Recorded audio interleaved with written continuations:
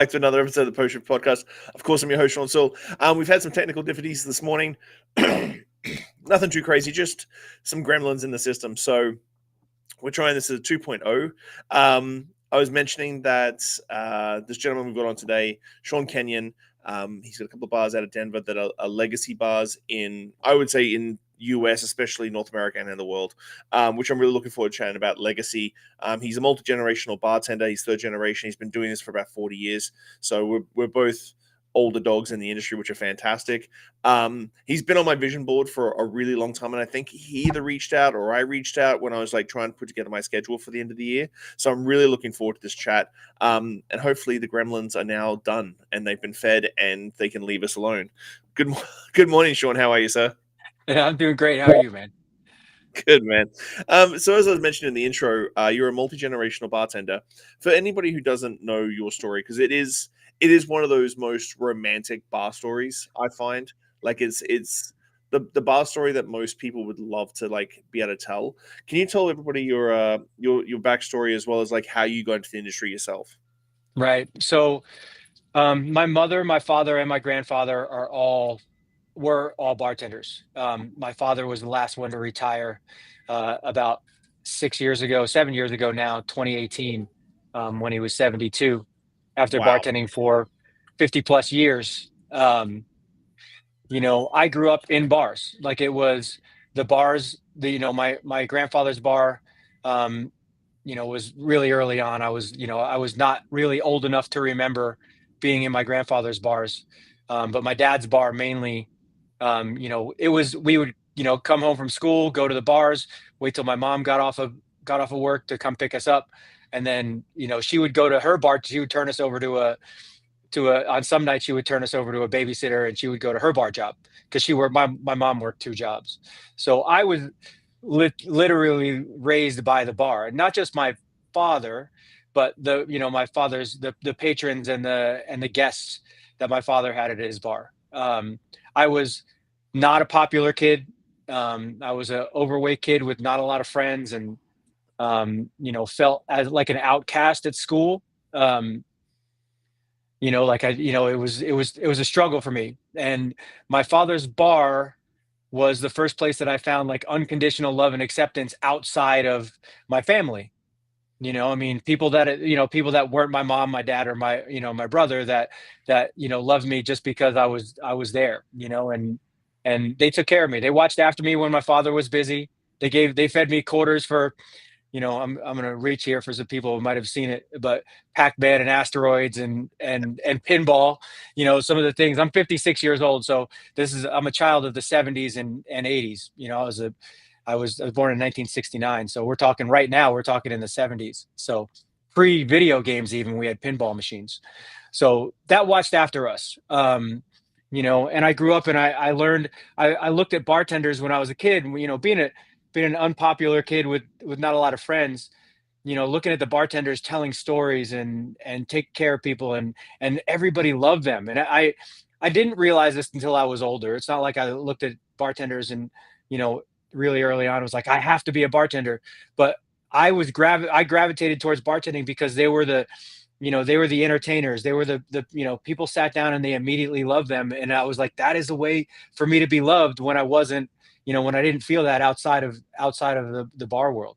And I was also very shy at one point in my life. So, and not a lot of confidence, and bartending gave me confidence. Once I stepped behind the bar for the first time, I felt, you know, I felt it, and I found my confidence, and I found my way that translated into the rest of my life.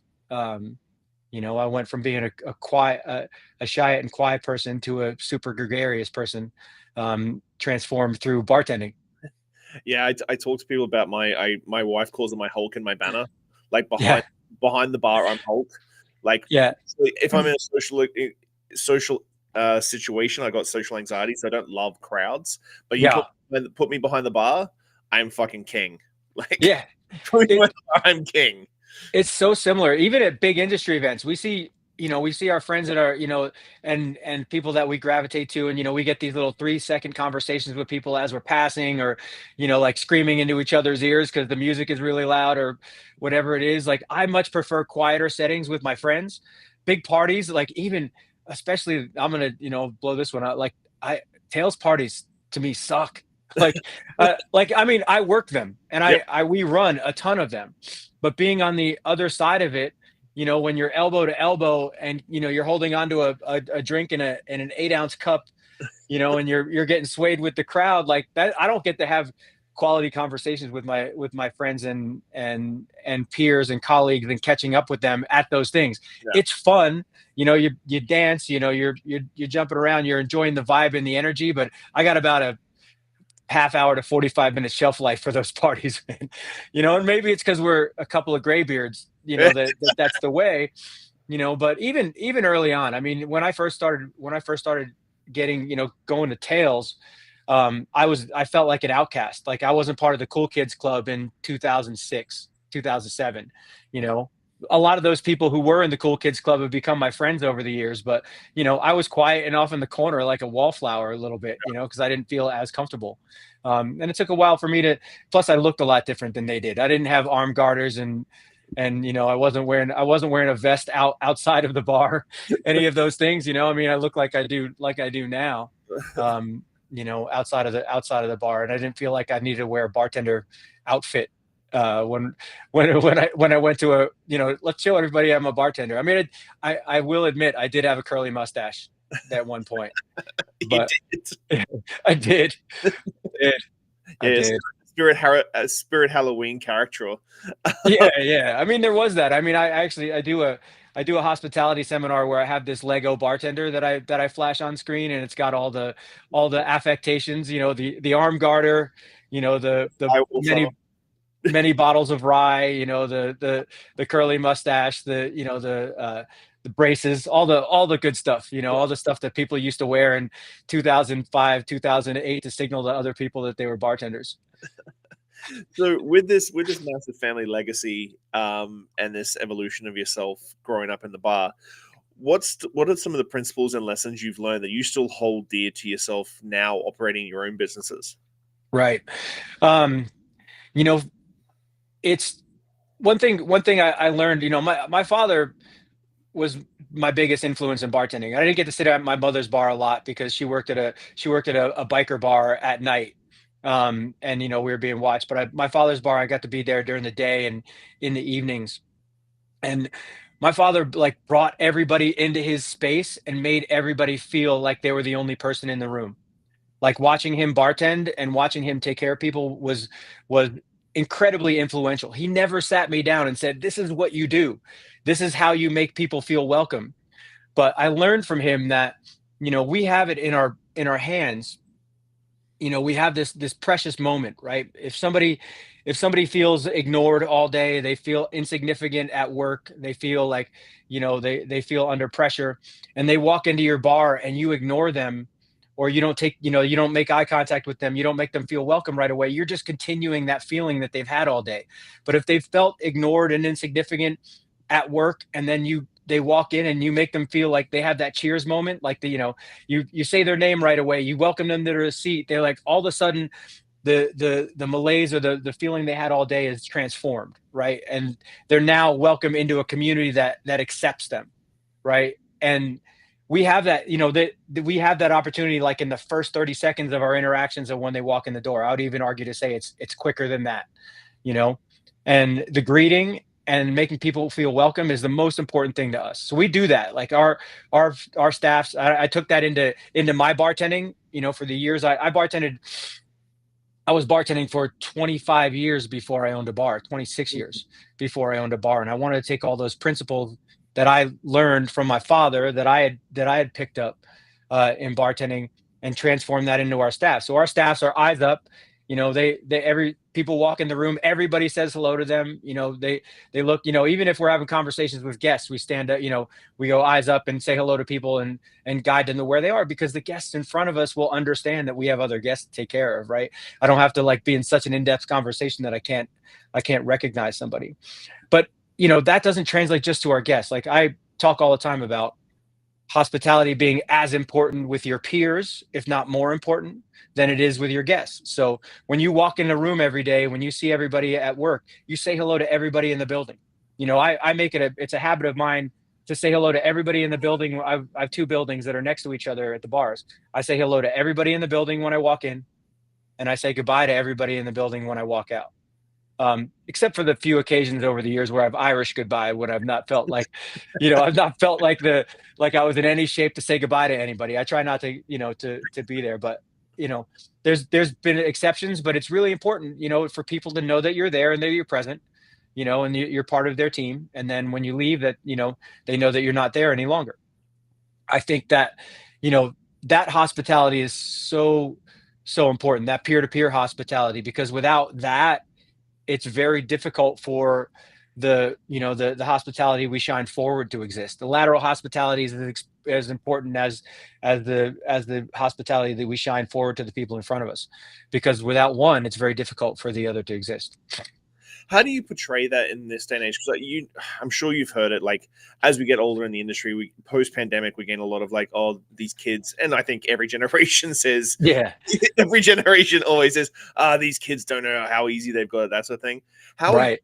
How are you evolving this definition and this sort of training in hospitality for this next generation coming up? I know that you've got a lot of long-term staff in all your venues, which is awesome. It's something I talk about on a regular basis and sometimes get like vindicted a little bit against, like my preaching, my screaming into the thing about staff retention.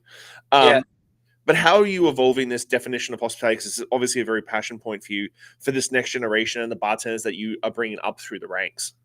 Right. So, it's hospitality is one of those things that doesn't have, it's not dated, right? It's not something that existed in the 70s and doesn't exist now, or that you can't learn. I think we've changed as a society to where, our entertainment used to be, people to people.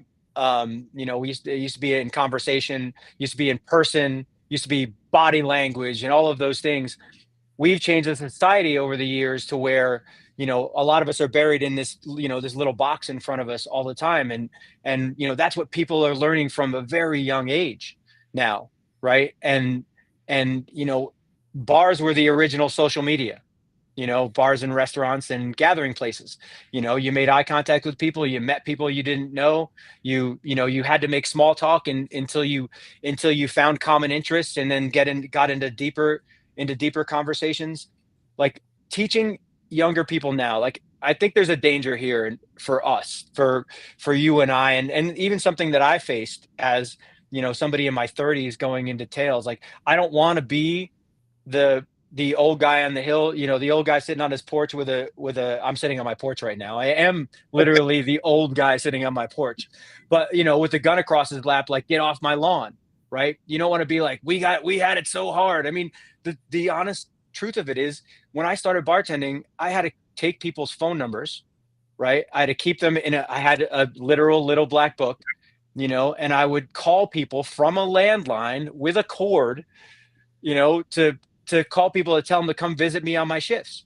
I had it, that's how I built my shifts that weren't great into great shifts. Right. I worked on my own to do it. Right. And now I think that bartenders have so much at their fingertips and social media and everything that, that it's almost like they have too much opportunity to do it. So they, that gets drowned out. And the personal call, the saying, hey, I'm working tonight, why don't you come by and, I'll buy you a drink, and, that kind of thing doesn't really exist anymore. So we have to find ways to personally connect. And we talk to people about building, building regulars and how that works. Right. It's actually building relationships. You don't build it with the intention of, building it, like, you're looking at their wallet, like, how much are they going to bring to you? If you build a personal relationship with a guest, and it doesn't have to be super personal, but a familiarity with your guest, they're going to come back to that familiarity. Right. They're going to come back to the thing that they're not getting all day because they're on a computer or on a phone all day. And teaching the value of that to younger, newer bartenders. I mean, if I look, there's most of our bartenders have, they're not as old as they're not even as old as the length of time I've been bartending. I've been bartending. This year was 40 years of bartending, right? Hardly any of our staff is 40. Yeah. Right. So, I mean, there's a lot of experience I can share without being like, back in my day, this is what we did. But bringing valuable lessons out of that without condescending to them, talking about, how valuable that was. And I don't want those lessons that I'm talking about to ever sound like that. I want to be like, it's cool that I was, that the way I started my shifts, going in my shifts was calling people on the phone. I learned from that, Hmm. right? I learned how to build a following, or regulars that way, or to make people feel special, like you wanted them to come down and visit you, right? I want to teach that lesson without being like, you guys, you kids have it all easy. It's really not the way. And I also want to keep my bartending skills sharp enough so that when I step behind the bar with our staff, they can see that I still know what I'm doing. You That's know, awesome. that's So, really important. so fast forward into 2011, 2010, when you started looking at doing William and Graham and opening your own place. 14 years for a bar in this day and age is insane. I've been lucky enough to talk to like Julie Ryan about Clover Club, and like those 2010s were just the chef's Yeah. kiss, like where we really had come from. And I think there's people in our sort of demographic that we've seen it go from really, really bad to where we're at now. And Right. this massive flow. What was the driver behind opening your own place in 2011? Yeah, and without insulting any of any of our friends, I was I read, to go back to like 2007, 2006, 2007, when I started to read about all, these bars that were opening and cocktail bars, Mhm. and back then I thought to myself, like, man, I really don't know. Like, I've been standing in front of these bottles for 25 years or 20 years at the time. And I don't know all this cocktail construction and, the stuff that I knew about hospitality, and I knew how to make basic drinks. I shook the shit out of my Manhattans. I did all the things that I learned over the years.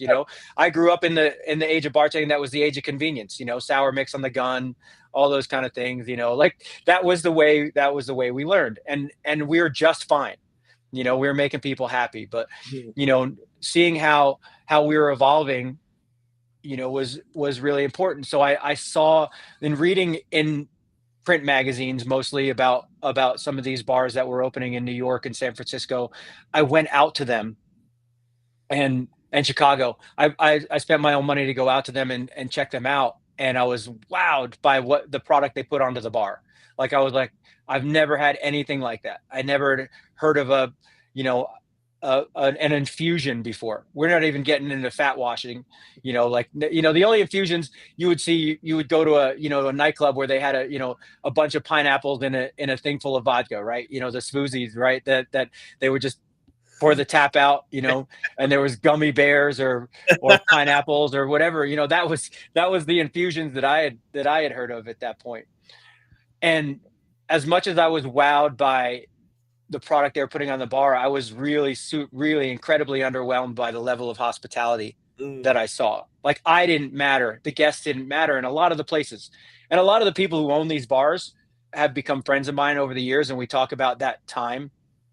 Um, and I'll argue this. Well, I feel like a lot of them forgot about hospitality. It's because they were so focused on the science and the craft of bartending.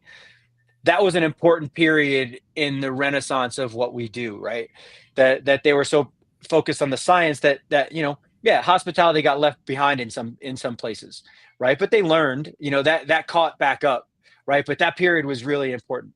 So I didn't want to own a cocktail bar. Like, I was approached by my eventual business partner in 2010, and he basically wanted to open a a prohibition era speakeasy. He wanted to open um like a Disney World, like a It's a Small World prohibition style, right? Like a concept bar. I mean, he had, in his original business plan, had flapper dresses in the for the servers, and it was all the things that you would never want behind your bar, right? Like, now thinking about it, it was like 20s theme music plus. Yeah. Have you ever listened to 20s theme music? It 10 15 minutes, 20s music, like 15 minutes you are done. You don't, nothing you want. There's no vibe to Yeah, it. There's no energy. 10 Oh, hour it's shift. awful. Oh God, 10-hour shifts. I couldn't imagine it. So he gave me his business plan, which was I didn't love, but I looked at it and I came back to him and I said, look, man, you know, this is this is what I want to do. I want to do all the things that they're doing behind their bars at some of these amazing places, but I want to bring in neighborhood bar style hospitality. And I'm not saying that was groundbreaking. I'm sure there was people that were doing it in a lot of places that, you know, that I just hadn't been able to see yet. But the combination of really great hospitality and really great drinks, I had not seen up to that point. And that's just because of my limited amount of travel. I'm not saying it didn't exist. We went to go meet with him and our, you know, our financial partner at the time, and the, you know, the guy who did the books, and my wife came along with me because my wife Bijou is an incredible judge of character.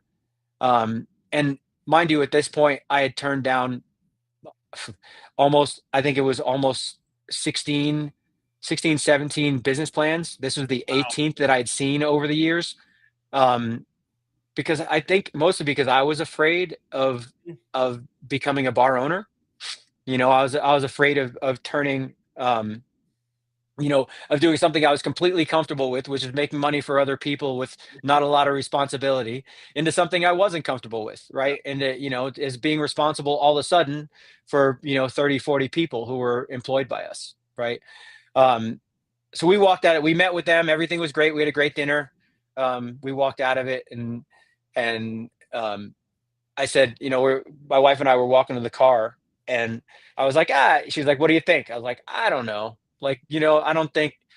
She was like, that went well. You're basically like, that went well. Like, she was like, shit or get off the pot. You know, like, you know, don't. I think her exact words were, "Don't be a pussy," but you know, something of that sort. And she was like, you have to, you know, if you're gonna do this, you're gonna have to do it eventually, and nothing's gonna be perfect, right? So, you know, I called them back the next day and said, let's do this. And this is how I want to adjust our business plan. You know, I called it our business plan right away, and our concept. And let's do it. And we had zero idea of what we were doing when we got started.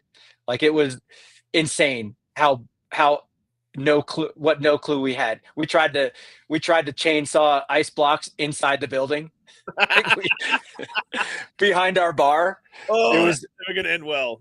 oh no, I don't know what we were thinking. Like, it's myself and Jason Patz like got behind the bar, and we got our first ice block. We're gonna make ice blocks, and we're gonna do this thing, and had a chainsaw. It was fun, man. I mean, you know, all the mistakes we made were hilarious in the first couple of years, but you know, we built the place ourselves. It was very much a DIY project. We didn't have a lot of money. We ended up with an angel investor at the end who came in and you know, finished the financing for us. Um, you know, and we were able to make it down, you know, and we were able to make it happen, which is, you know, a long way across the finish line. You know, anybody who opens a bar knows, like, we took possession of the building in January 2011, and we were supposed to open in June 2011, and we opened in November Mm, 2011. that tracks. Yeah, I mean, that I don't ask any of my friends anymore, like, you know, when's your bar gonna open? Yeah. You know, I always if, say when someone says something like soon, yeah, it's just soon. Um, yeah. Well, we went from an exact date, you know, like June 15th, to, you know, midsummer, late summer, early fall, sometime in 2011. You know, and it happened. but even like I'm in a small market on the west coast here in Victoria, BC, and we've been crunching away at cocktail culture for 16, 17 years now. Like, I took over Clive's in 2009. Denver while it's a big city, it's still a very small market in comparison to that. So how has the market changed for you? Like, you guys were one of the very first like proper cocktail bars concepts in Denver. How has that changed Right. over the years? It's ins- it's really insane, man. You know, when we opened, a speakeasy style cocktail bar opened 8 months before we did, um, in downtown Denver on Larimer Square, and you know, they unfortunately shut down 2 years ago. New Year's Eve, was their last night, and we had a lot of hope that, you know, they would, like, we able were able to see for 8 months, like, was Denver interested in this, Hmm. You know, is it something that is, that is needed in our landscape? Because, we really didn't know. I mean, like I said, we took over the space in January. I think they opened in February or March. So we were able to see it gave us an idea of whether they wanted it or not. And yeah, I mean, they opened to, press wrote about them a lot, and, they were doing some good things. Again, you know, and again, this is something they learned over the years, but hospitality wasn't their bag, right? They were making fantastic drinks, and hospitality was a secondary notion, to them. We opened, 11 months later, like I said, having no idea what we were doing. I am shocked, to tell you the truth, that anybody loved us in the first year and a half, because it was chaos behind the scenes, man. It was chaos. Like, I mean, nobody saw what we were doing every day, Hmm. just to get the doors open, and to, figure out, the construction of cocktails, and, we were labbing with, we're, having these bar labs without, the impromptu ones, like, what are we going to make today? What are, what it was kind of insane. We had a set menu, but, for BCs, which people still wanted, bartenders choices that people wanted back then, we were figuring out what we had in our pockets to do that. And we talk about that constantly. It was constant brainstorming and think tanking, etc. Um, but we were, I didn't know when we opened. I had my only panic attack in my life that day. You know, um, like, are people going to care? Are people, what's going to be like a week from now? And we were like, I mean, the first 6 months we were like a 2 to 3 hour wait on the weekends, and an hour wait other days. It got insane. We were written about constantly, and we'll talk about that later when we're talking about legacy bars. But, um, you know, we're figuring it out ourselves every day, and I feel like we're still figuring it out. I think that's okay. 14 years later, I mean, a different set of personalities and a different set of people, but we put our best foot forward every day and care about what's happening in our four walls.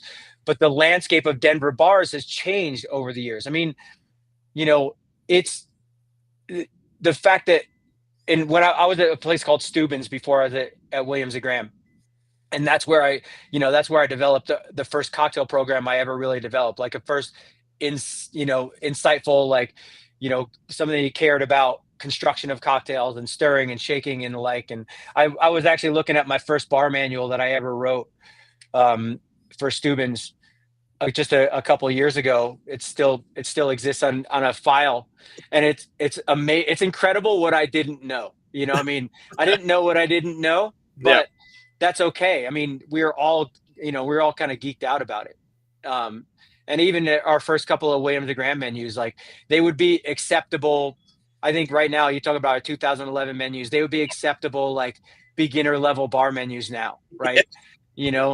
But that's it's I'm not ashamed of that in any way. It's not like we were figured out, like, our foundational cocktail, the blackberry sage smash that we've had on our menu since the beginning. Like, that was basically, it was basically classic riffs were on our, we had a, like a raspberry clover club, et cetera, et cetera. Right. Like, that was what we started out with, but people were wowed by it. People were, if you talk about in 2011, people would see egg white on a drink cocktail and they would avoid it like the Yeah. plague. Into like 5 years later, where people are like, what egg white cocktails do you have? Like, they're excited about that, right? That it changed. And I think the consumer changed over the years, and I think we helped with that a little bit. So they started demanding more of their bars at restaurants and et cetera. And they expected, cocktail bar level style cocktails at other establishments. And it became part of the zeitgeist of Denver restaurants and the F&B scene, that not only did you have to build a culinary program, but you were building cocktail programs to complement that. And we saw that a lot more. The Denver cocktail scene grew up in restaurants first, right? It existed in some restaurants. It was a guy named Kai Belk at Elways. It was Brian Dayton at Frosca. It was Ryan and Randy Lehman at Avenue Grill. That were doing, like, restaurant bars. Annika Zappi at Root Down. They were developing cocktail bartender bars, your cocktail programs in restaurant bars because there was no dedicated cocktail bars at the time. We opened, and then people saw that you can do that as, where the cocktails came first and food came second, or complemented, the food complemented the cocktails rather than the other way around. And then people saw that model. And of course, we all know that your cost of goods on cocktails is somewhat less than your cost of good on food.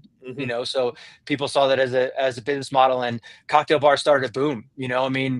When we won Tales of the Cocktail top cocktail bar in 2015, that was 4 years into our existence. We're the first non-coastal, non-major market bar in the United States to win. Look, man, we were like Trick Dog. The bars we were up against, I felt like we had zero possibility of winning. Right. So, I was, just an aside, I was hammered at the Spirited Awards. It's like the second to last award. I never thought that I would be saying words up on stage at the end. So I had zero care about keeping my composure. And it was an embarrassing 30 seconds on stage up there. But, like the fact that somebody, besides that, the fact that somebody recognized Denver was as important to me as the fact that somebody recognized our bar. Like our community, we had a very small, tight-knit community, because we were all geeking out over the same things. I mean, I remember bringing a bottle of Rothman and Winter Creme de Violette to a bartenders guild meeting because I had found it at a bar at a liquor store in New York, and we had never seen it. We had read about aviations, and we had never seen it. And this is hilarious, dude, because we made an aviation. We made an aviation at the first cocktail bar at the meeting. And I think everybody pretended to like it. Or if you go the Insulin, like Hugo Insulin actual like specs, it's a fucking cocktail. Oh yeah, we went the original, specs, and we were all geeked out. So we jumped behind the bar at this Bartenders Guild meeting and made an aviation, and we all looked at each other like, we're supposed to like this, right? And it was fucking terrible. It tasted like potpourri and hand soap and all the things, like too much maraschino, too much Violette. It was just a smidge of lemon. It's it's just not good, right? So, but we were a tight knit community, and the fact that somebody had recognized Denver and our community was really, really important to me, right? And I think that it was great for our staff, and our staff loved it, and it was a really it was a love letter to them because they had worked so hard over that course of time. And dude, we didn't have any of the things we had now. Our bartenders worked. And I'm embarrassed to say this now, our bartenders worked like 12 to 13 hour shifts. We did our own prep, before I recognized that, a 12-hour shift is not a badge of honor, because I did it for years. Right. We didn't, but, they had done so much hard work, and it was such a tribute to them that I was really excited about it. And, that changed. People started listening and stopping in Denver when they were going to Aspen Food and Wine. They would stop through Denver, and they would come to Williams and Graham, and we would guide them to some of our great neighborhood bars here and some of the other, startup cocktail bars. And people saw, the local media and TV went nuts. The fact that we were recognized, that a Denver bar was recognized nationally. Forget it when we got on World's Top 50. Yeah. That we were all of a sudden on TV. It was insane for that.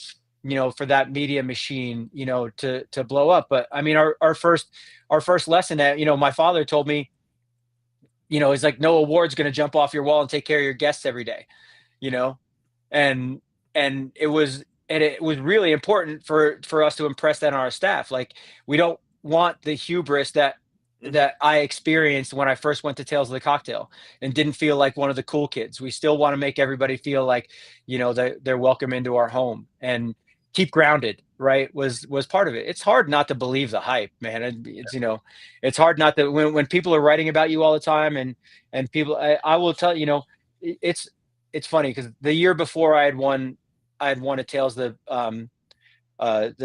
bartender award, the America's top bartender, like it's America's top model, right? It's like I won that.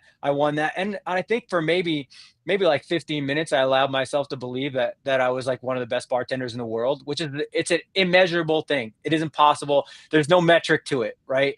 And there's thousands and thousands of bartenders that were better bartenders than I am or was, right?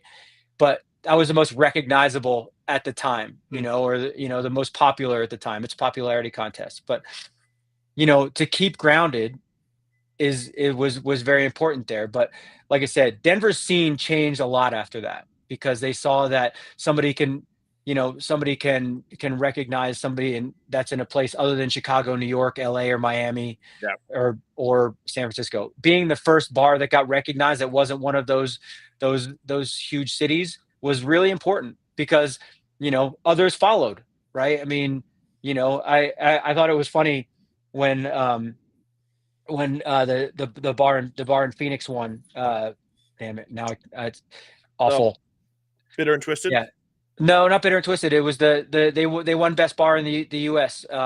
Jason Asher and their bar there won in Phoenix 2 years ago, and it was like, we're somebody posted like they're the first small market bar to win best cocktail bar. I was like, hello. I mean, but I think that people started to think as Denver is a larger market after that, like as a recognizable cocktail market, because we did have some great things to follow, and Yacht Club followed up 3 years ago, and a few years after us as almost 10 years after us as winning top cocktail bar in the United States. And that's fucking awesome. That we have two, that Denver has two of those. But that just shows where our scene has grown over the years, that we've, that people have recognized it. It's not that, we weren't always doing good things here, or, people were working. I thought this was another ridiculous notion. People would come here over the years, and I'll tell this story a lot, is when I was working at a place called the Squeaky Bean, while we were opening Williams and Graham, and it was a restaurant, a beard nominated and recognized restaurant that brought me in to do a cocktail program there, and I made a Manhattan, put it out into the for the service well. I was working in the well, and a bartender or the server came up to me and said, "This woman in the dining room really wants to talk to you about her drink." And I was like, oh shit, what did I do? And I walked out to the dining room, and she was like, this is honestly one of the best Manhattans that I've ever had. It's 3 ingredients. I'm like, this is, in my head. And she's like, and she, she was like, and I know because I'm from Manhattan. And I was like, oh, there was like in the pit of my stomach, but it kind of felt like that for a while. It kind of felt like people would come from bigger cities and like pet you on the head. It's like, it's so cute you're doing cocktails here in Denver, but we even saw it from bartenders. Like bartenders would come from like New York or San Francisco, and that was a big bragging point to them. Like, I come from this huge market, it's like I'm bringing my big city knowledge to your little hamlet. Let me teach you just how to drink. Yeah, let me teach you how to do it. It's like, we have the internet, my friend. I mean, it's not, it's like not, the knowledge is not an exclusive, is something that's exclusive to big cities.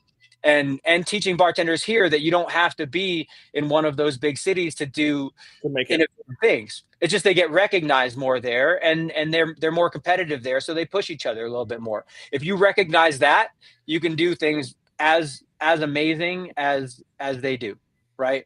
And don't limit yourself because you think it's territorial. Mm-hmm. So fast forward to 2015, you open up Occidental, which I feel is, I think I've posted it a couple of times. I've still got one of your shirts. You gave it to me at Tales in 2016. I think it was a Yelp review on the back. Yeah. I've worn that over the years. I definitely feel like Occidental definitely aligns a bit more with your personality. Yeah. And then Williams and Graham, you relatively recently put it into the airport as well, the Denver airport. Right. Yeah. how did that progression sort of make? Because like, it's one thing opening a bar. It's a one thing Right. opening a bar that's successful. But like making that next jump, I think, as Bijou says, don't be a pussy. Like making that Yeah. next to the second place, and then also like it kind of sets a tone for your legacy with a William and Graham being in the airport. Yeah. How did that progression come over the years? So it's terrifying, man. Opening your first bar and then, you know, having open to like immediate success, right? And it's hard to measure, because like I said, there's chaos behind the scenes, but people were packing in, and we definitely had some media success. We had actual success, which two different things, Mm-hmm. two completely different things. um, and everybody's question is like, what's next? What's next for you? And it's like, I'm perfectly fine where we're at. Yep. And I really felt that, I mean, I had investors that were like, we're going to franchise. We're going to, we've had all this success. We're going to open in all these cities. And we actually did go to Omaha, Nebraska to check out sites, to do something. It didn't sit well with me, like owning a bar that wasn't in the place that I was. But the building next to us came open in 2014. It was an old jewelry store. And the owner of the building came to me and he said, "Hey, I can never get into your bar. We can never get into your bar. Why don't you expand into this space next door?" And I was like, I don't want to. We're perfect the size we are. I don't want to make it bigger. I don't want to make it more grand. I don't want private dining rooms and all those things. I love the size of our bar, but I will open a neighborhood bar. So we announced opening a neighborhood bar, and we put a plan together, and we opened Williams and Graham for what we felt Denver needed at the time. Like, it was that was something that didn't exist. We were taking the cocktail programs that existed in restaurants and concentrating it into a cocktail bar. And we thought we could, we thought the Denver F&B community as a whole could use a cocktail bar in its, in the community. But I will admit that Occidental was 100% self-indulgent. Really, I just wanted it to be a bar that I wanted to hang out in. Not that I didn't want to hang out at Williams and Graham, but that I would want to be at, like a few days a week. That I wanted to be my third place. The place that was, that I wanted to be. My cheers moment for that. That I felt like that really didn't exist in Denver. A place that could do great cocktails behind the bar, but in t-shirts and jeans. Yeah. And with TVs on the walls, and this is a quick funny story. When I told my dad about Williams and Graham, lifelong bartender, and he laughs about this day. I was like, I explained the whole concept to me. He's like, "You're opening a bar without TVs?" I was like, "Yeah." He's like, "Never gonna work. Never gonna work." Thanks, Dad. Very encouraging. And every time he comes to the bar and he sees how busy it is, he's like, I'm eating my words. Like he still lives in Jersey, but when he flies out, but we figured we can do all those things that we do behind the bar and have the same standards behind the bar as a neighborhood bar, but still offer, PBRs and, and Olympias and inexpensive, great wells, have the wells still be a call, like have products that are still quality, but that people can drink for, a little bit less, more open, more lights, all, all those things. And, I was able to have my wife concept it, right, which meant a lot to me. I told Bijou, I was like, design a bar that we would want to hang out with, want to hang out at when we got off of our shifts, and because she was in the industry for a little while as well. And she put together a great bar. She saw our personality and put it on the walls. And, we're hoping that everybody has loved it. Now, the challenge there is we've already opened one incredibly successful bar that, got a bunch of media attention. So the pressure on number two is insane, right? Because people wrote about it for almost a year while we were building it. And the buildup was insane. And to be honest, we weren't immediately successful. Like it wasn't the gangbusters success that out the door that Williams and Graham was. Because we were very industry focused, right? Mm-hmm. We were, we did, we had family meal, which is something we did. Which we made a family meal that we would make for our staff every night, but made a bunch of extra so that if you came in and got off your shift at the end of every night, you could have some of our family meal if you asked, which is really important. The Occidental was not only for the everyday person in our community, but was also, I built it for us, Mm-hmm. not just for me, but for people like me. And, want to be the place that, we did, we had our, well shots and, we had a shot and beer for $5. It was a well shot and a Genesee cream ale Yeah. was together was $5 at the time, and we wanted to be the place that when you got off of work, that was your comfortable place, the place that you were able to unwind after your shift. So we got the industry attention at the end of the night. So we'd be moderately busy until 10:30, and then at 10:30, 10:30 to 1 on even every weeknight, we had the crowds. Mm-hmm. And through that, they talked about us enough to where we built it up, and also we built it as we are in New York, as well as having more of a punk rock level theme. Mm-hmm. We also are a New York theme bar. Like we have all New York sports and et cetera. And there's a lot of people moved in the early 2000s. People moved here from all over the country. I mean, really, Denver blew up, and a lot of people from the coast came here, and there's a lot of New Yorkers here. So we kind of like combined the two, and now Williams and Graham or Occidental is as busy as Williams and Graham. The numbers are almost exactly the same. Where it was like, it used to be like Williams and Graham's cute little brother. Yeah. Now it's about the same.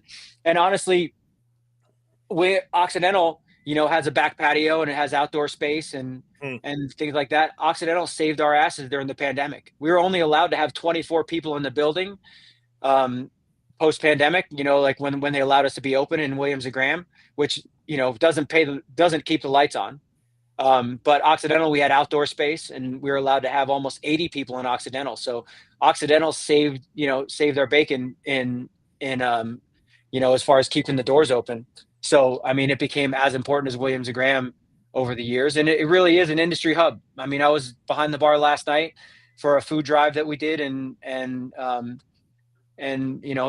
we're surrounded by industry, and tonight we have the Hustle, which is an industry event. So it's become the hub in that neighborhood, where people get off of work. So let's talk about the airport, because obviously, yeah.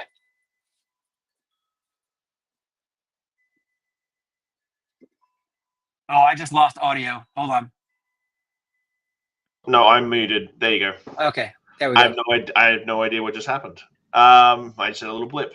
I'm just going to double check that on my end. No microphone. I can hear you. Oh, come here. So talk about the airport, the Williams and Graham and the airport, because that's sort of like that. That's a great little segue into like the legacy of the brand and the bar. Right. Obviously, like I know what airports are like when it comes to operations, and it is very different in every airport. Usually, it's a unionized staff. It's not necessarily your staff. How did that sort of come about, and that sort of like lean into that legacy of W&G now in the airport space in Denver? Right. The airport, the people at the airport approached us in 2017, right? So after we had won some of the awards, we got some notice. The franchisees at the airport, the concessionaires at the airport recognized that, they wanted to put us, our name was recognizable. They wanted to put us in the airport. And honestly, the first time they came to me, I was like, fuck no, absolutely not. It's not gonna happen. And because I always believed in Williams and Graham as a unique space. I never wanted to open a second Williams and Graham, right, with that name, because I think that, that what it's part of what made it unique is it was in its own place, and I didn't want to try and replicate that, because I think there's always failures in replication. Mhm. But I met with the people there, and they explained what we could and couldn't do. And I warmed to it over the next year. And I said, let's figure it out. Let's let's just. I didn't want to have this in my head that it can't be done. Mhm. With hospitality, all things are possible, right? In my head, I felt like if we could nail the hospitality piece, you know, if we can get that done right. And I mean, what place needs more hospitality than an airport? Like, I mean, Yep. if you think about it, it's people are at some of their most stressful situations in the world, in their lives. They're at this in celebratory, they're going on vacation. They're not, they might be traveling for a wedding or a funeral, or they're delayed or whatever. There's so many opportunities to practice great hospitality in an airport. I was kind of like, karmically, it's a fantastic thing, right? We can help people's day be better. um and if we can do that part, the the cocktails kind of take a back seat to it in some places. And I'm like, and we can make a cocktail program that makes sense in the airport. I was like, Yep. I rather than put it in my mind like we can't do this, I was like, we can do this. And we can, at the very worst, it's a billboard that thousands of people walk by every day, right? That's at its very worst, right? Even if it failed, right? It gave us that, right? So, we went, everything got delayed. Airport, as construction happens, and, it took 8 years from the first minute, the first day we opened, the first day we decided we were going to do it, to the day we got open. So we had time to develop planning and make it happen. And we brought all of the staff in from the airport through our bars and had them spend some time with us. We felt like if we can have them, if our staff, who are true believers in hospitality, almost to an obsessive point, if we can bring the airport staff in and have them believe in us, because it's a concessionaire franchisee, it's like a Yeah. franchisee situation. We don't own that bar, right? We are they license our name and our concept, and we have protections and contracts, so they keep well. And I meet with them every week, and we talk about all the things that we can do to all little fixes we can make, how I can help them. I just gave them a holiday menu, a hot drinks menu to do throughout the winter. We're very close to the development. They don't change any cocktails or things the sort without us. We do all of the development of the product that goes across the bar. And our style of hospitality, we built them manuals, and everybody that goes behind the bar there has to spend a couple weeks with us, right? So they get it. Mhm. And even to the point where it's fantastic, and that they become guardians of our brand, right? Mhm. And if we have them become evangelists and guardians of our brand, then they protect it. If they believe in us, or what the airport refers to the street side location, if they believe Yep. in the street side location, right, and what we do, then they bring it to the bar behind them at the bar. And it's pretty fantastic. Like, I love, as much as I travel, and I do travel doing large event work, and do some consulting here and there.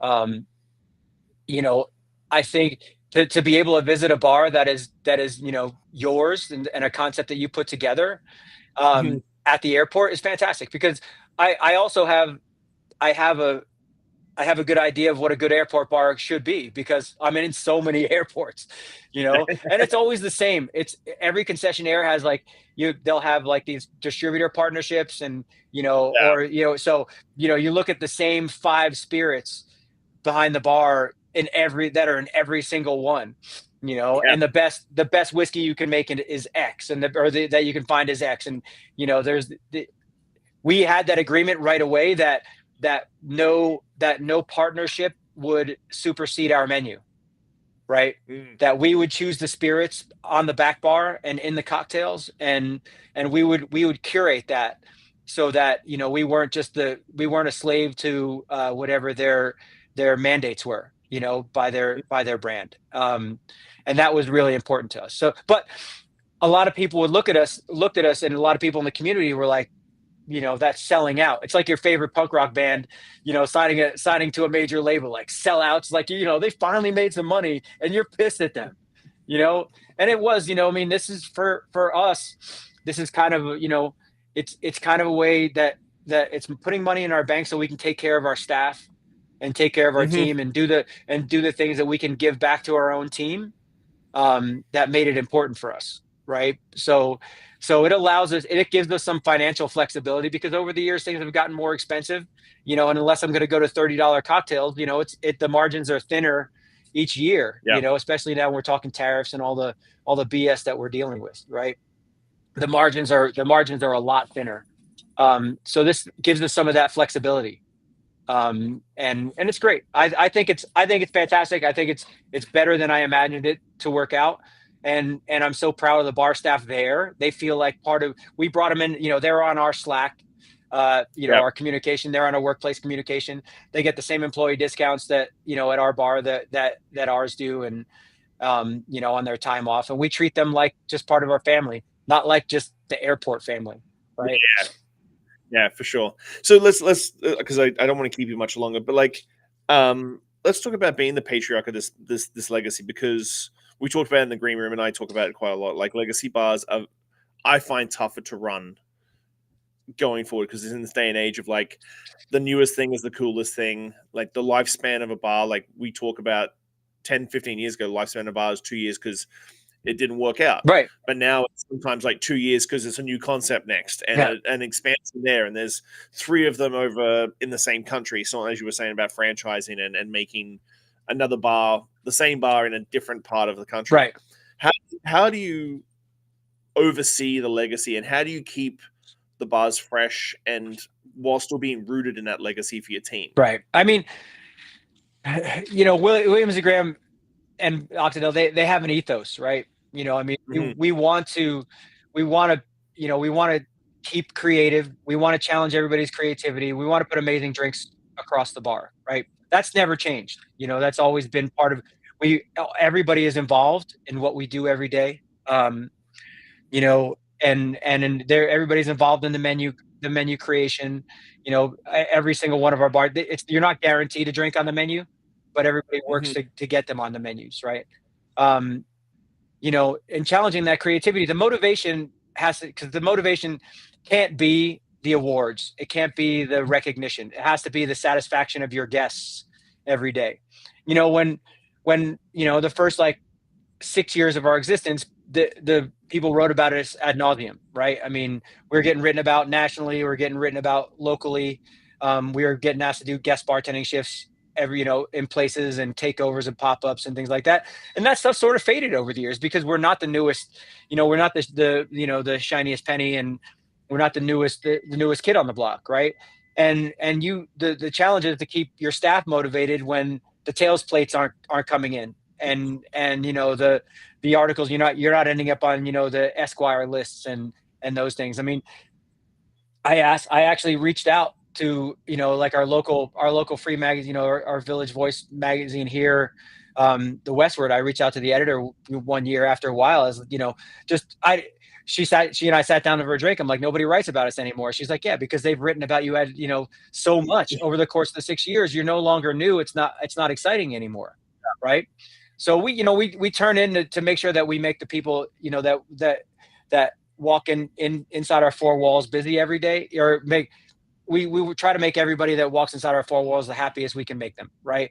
And putting a great product over the bar, trying to change their day for the positive, and engaging with our guests and creating relationships and all of those things. They become evangelists for us when they walk out, right? Mhm. And that is our satisfaction. That is our awards, right? And that's what it has to be, our motivation.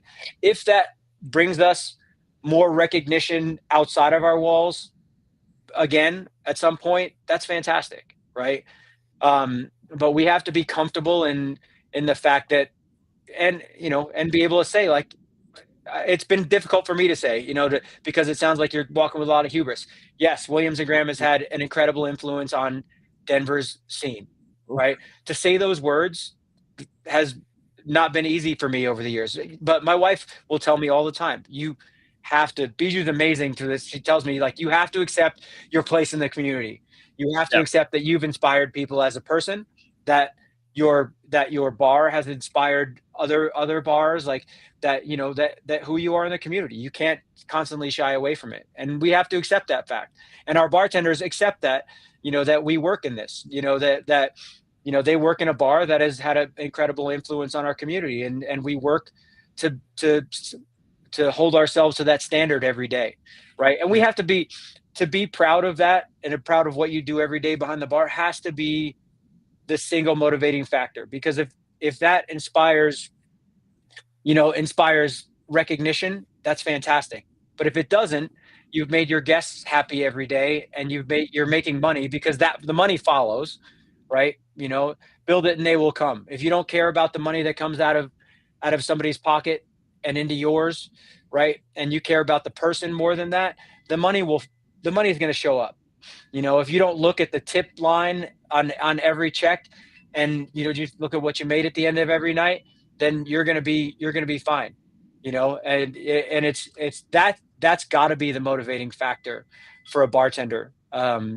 Is guest satisfaction, because everything will follow that if you do it right. And if you inspire a group of bartenders and a group of hospitality people to do the exact same thing, and you're a like-minded group, then great things can happen. With community, it can happen, right? And you take care of your greater community, right? Like we said, with all the SNAP benefits going away, we're involved in our community with a way that we care that people are facing food insecurity in our in our community. We care that ICE is coming and chasing away people in the F&B community, and going after the marginalized people in our community. We care about that, and we'll fight for them every step of the way. Our bar, as a part of our community, is as important to us as anything else, right? And we feel like we need to be a hub, a place of safety for them, and advocates for them all the way, or we're not doing it right. And keeping our team with that same ethos, and holding them to that, as being important, is something that really it's motivated me, and keeps my heart in it. Owning a bar is not going to make you wealthy in a lot of ways. I think it's not a fast track to wealth, but it's a fast track to fulfillment for me. I feel fulfilled as a human being because of what we've done over the years, right? And making people happy, and making our staff happy, and investing in them. And it's not the bank account that is benefiting from that. It's my soul that benefits from it, and sometimes the two balance out. Man, I could talk to you all day long, I swear. So we're at the stage of the podcast that I ask 5 deep podcast questions. I ask every guest these questions. Maybe I should have watched a few more so I could be ready for this part. What is one lesson or experience that has shaped your perspective the most, and how do you carry that forward in your life? Whew. Personal or business? Right. I'd go back to to my childhood, and feeling like an outsider at school, and feeling like loved and accepted at my father's bar. My brother and I, we used to have to, we got chased home a lot, because there were a lot of fights, and we were not the most popular kids at our school, but I would literally run to my father's bar to be part of it. I've spent the entirety of my career trying to recreate that love and acceptance, that feeling of love and acceptance for guests in our bar, right?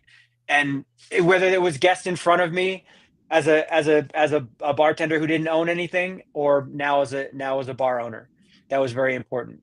I would also say that I never, I wanted, when I opened a bar for the first time as a bartender, I was terrified, but I wanted to be the owner that I always wanted to work for, but never found the opportunity.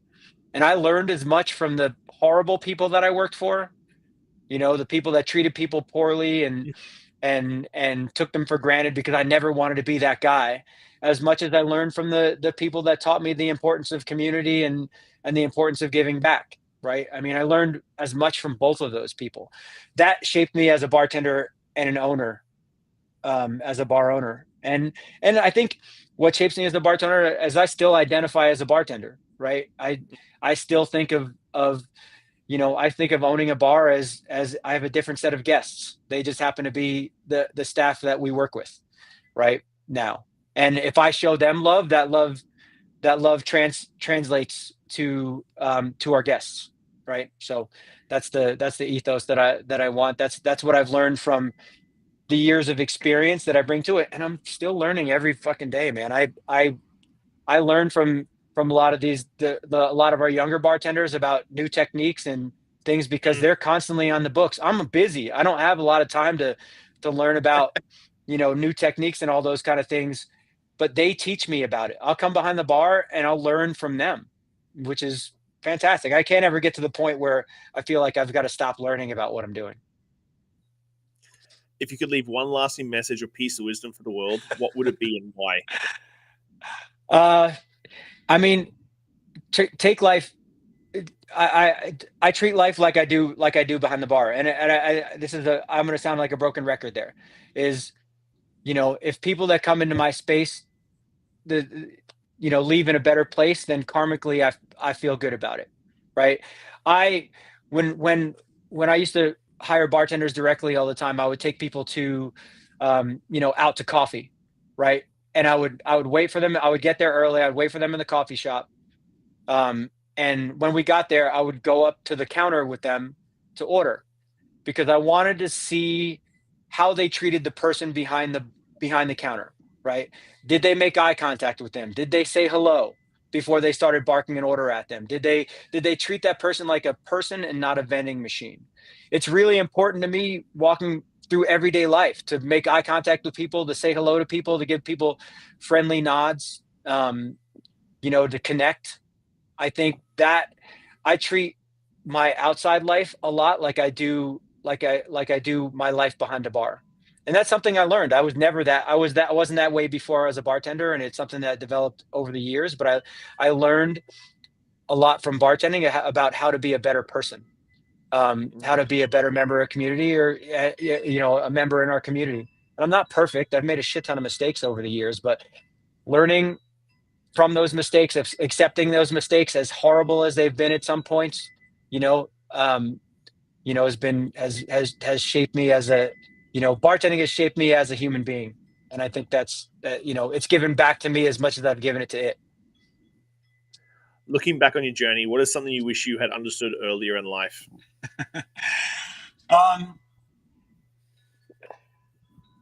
Yeah, that's a tough one. Like what, I've learned a ton of lessons over the years. I wish I had learned a little bit more about self-confidence, and Bijou, my wife has taught me over the years, and I alluded to this earlier, like you have to accept, a certain level of influence. You have to accept, how you're perceived by other people when it's positive. Mm-hmm. I have an incredible amount of imposter syndrome, you know, and dude, even to the point where I was standing up on stage the year I won Tales of the Cocktail Best Bartender, like how in my mind, like these people have no idea, like I've like I don't deserve to be standing up here like everybody else does, and I don't know how I got to this point, right? And I think I wish I'd learned to accept that a little earlier, to accept a little bit of more comfort in my own skin.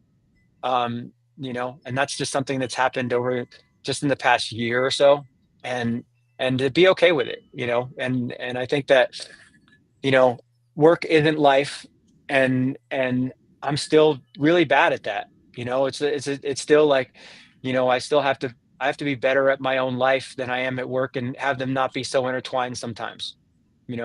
I wish I'd learned that earlier, and I'm still a work in progress. How do you define success, and has your definition of it changed over time? Right. Yes. my success, like I said earlier, my success is happiness within my soul, within, um, to be comfortable in my own skin. Um, it used to be financial. I used to think that money would bring me all the success in the world. Um, money would bring us happiness, and yeah, and the financial stuff is important. Being comfortable, but you know, not having all the things, and I think um, success is is to me is being the best human being I can be, and and and having that and making that impression on the people around me. I'm not going to have any kids, right? Mhm. Never.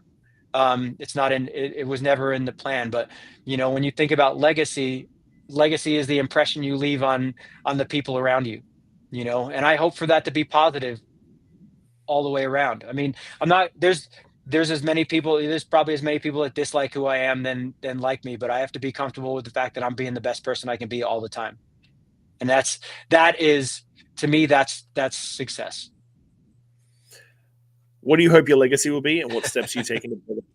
You just mentioned legacy, so I was Yeah, like, yeah. do I ask the question? I've told them I've got 5 questions, but if I don't ask the last question, Yeah, no, that's okay. You know, I hope that my legacy to people is that, that I lived and breathed hospitality in my life and my work, right? That, you know, that that they that people see this. There's everybody has a certain amount of ego, you know, but sometimes you have to put it aside for the greater good. And I'm not perfect, and I don't strive for perfection, and there's a shit ton of mistakes, but I think, you know that I want my legacy to be that I always did my best for others, and then took care of myself at some point. I mean, in hospitality, we do a lot that is always about taking care of others, and we forget about ourselves a lot. And I think that in mental health and stress and not overworking yourself as a badge of honor, I think that's super important, that a lot of us don't take care of ourselves because we're so focused on taking care of other people. And I'm still learning that. And I hope at some point, the legacy is that, like, that guy found the balance between taking care of himself and taking care of others, right? And just being a good person, and I think that's important. and final question: what is your go-to classic cocktail Yeah. to light to lighten the end of the Yeah, podcast? no, I mean, so the first, like, classic cocktail outside the basics that I found was the Vieux Carré. Mm, And I ran around a Vieux Carré, like, it it became my cocktail that I would, like, finish my shift with. I actually taught the bartenders at the bar across the street from me, because I worked at a restaurant called Steuben's here, that I would get off at like 11 o'clock at night, and the bar across the street was open till midnight or one. Um, and I taught the bartenders over there how to make a Vieux Carré so that I could drink one at the end of every shift. And it was the one cocktail that stopped the world around me. Right? It was complex. It was strong. It was all of the good things, and it also had an evolution to it. Right? It would start strong and extremely complex and, like, overwhelmingly aromatic, and it would smooth out as you drank it. And it was my, like, post shift drink.